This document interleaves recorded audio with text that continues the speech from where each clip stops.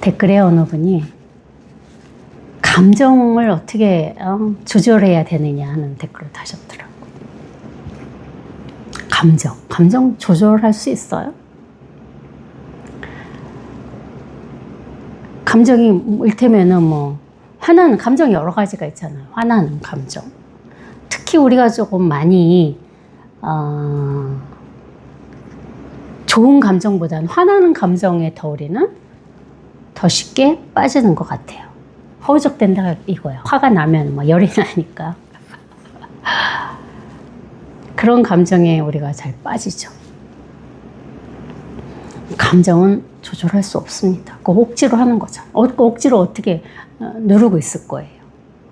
수행하는 사람들이 대부분 그렇게 감정 조절이나 생각을 조절한다든지 그런 일을 하고 있는 거잖아요. 그러기 위해서 그 사람들이 수행을 하고 있다고. 근데 그때뿐이라 이거지. 또 그런 느낌이나 감정은 다시 올라옵니다. 근데 참 그 감정이라는 게 사실 이 생각보다도 더 오히려 껌딱지 같아요. 안 떨어진다 이거지, 잘. 근데 제 공부를 하시다 보면 제가 댓글에도 달았지만 이게 이렇게 딱 이렇게 이제 힘이 생기면 그냥 가만히 둘 수 있는 힘이 진짜 생깁니다. 그 전까지는 어떻게 해도 그것을 벗어날 수가 없어요. 저절로 생긴다고, 이게 저절로. 그게 내가 오래 가지고 있던 그런 감정들이라 그러면 시간이 많이 걸리고 그것이 사라지는데 그게 그 감정을 갖고 있는 시간이 굉장히 짧은 시간이었다 그러면은 그건 바로 이 자리만 딱 생기면은 바로 사라집니다. 그렇게 그냥 내버려 두는 일이에요. 내버려 두는 일. 어떻게 그거를 이렇게 해야지 저렇게 해야지 하지 않고 그냥 내버려 둬야 됩니다. 어떤 감정이나 어떤 느낌이 올라오더라도 그냥 내버려 둘 수 있는 힘이 생겨야 돼요. 근데 이 공부를 하다 보면은 그런 힘이 생깁니다. 저절로. 그러면 그 감정이나 느낌이 힘을 못 써요. 강하지 않다 이거야. 가만히 내버려 두면은 처음엔 엄청 강하게 올라왔다 하더라도 다음번에 올라왔을 때는 또 그만큼 힘이 빠져 있습니다. 그러다 어느 순간 모르게 쓱 사라지고 없어요.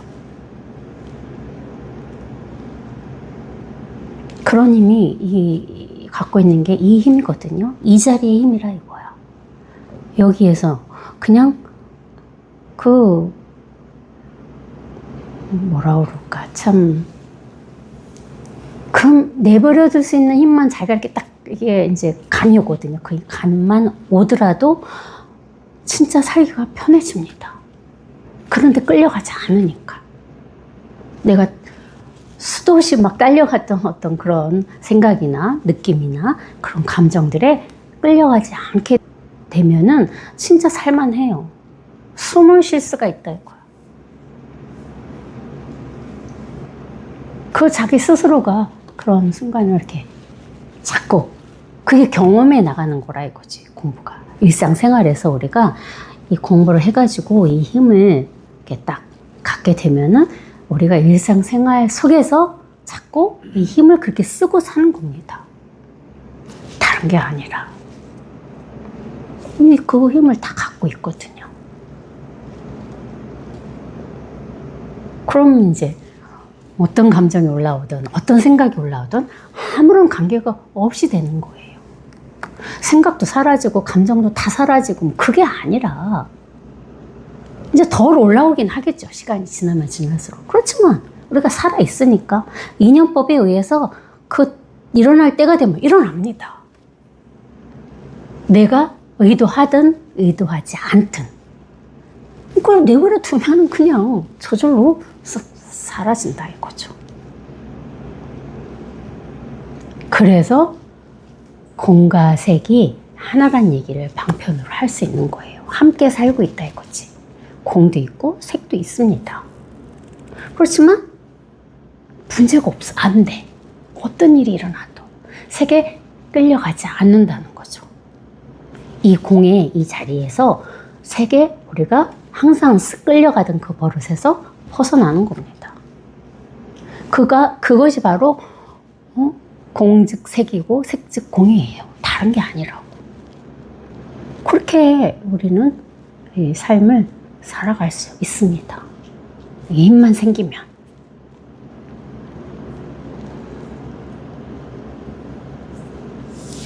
뭐가 이게 참 생각이라는 어떤 그런 분별이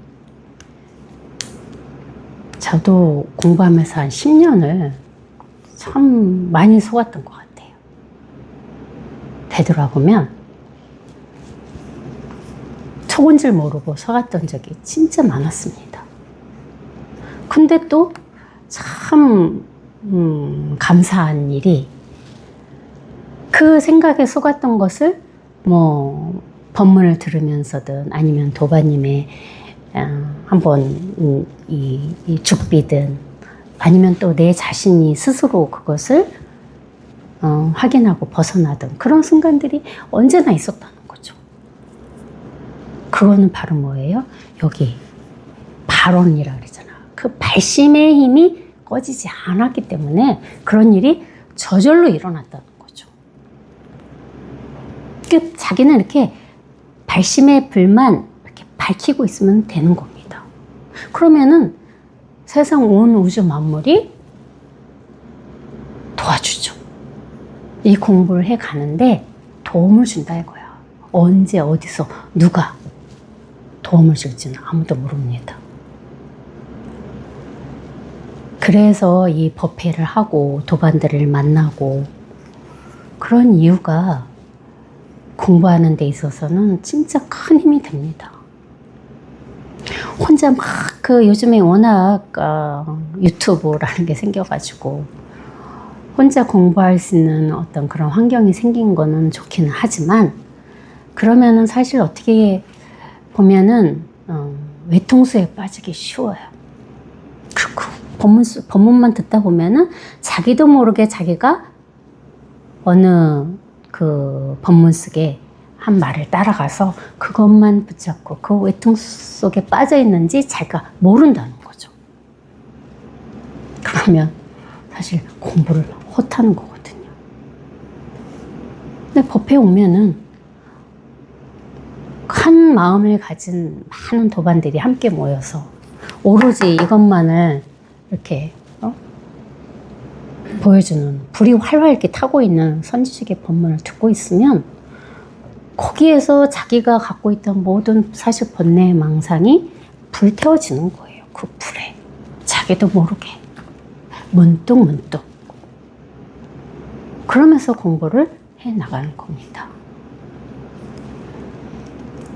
그러니까 유튜브로만 법문을 듣지 마시고 꼭 한 달에 한 번이라도 현장에 오셔서 법문을 들으셔야만 자기가 뭘 갖고 있는지, 자기가 어디에 빠져 있는지를 스스로 알게 된다는 거죠.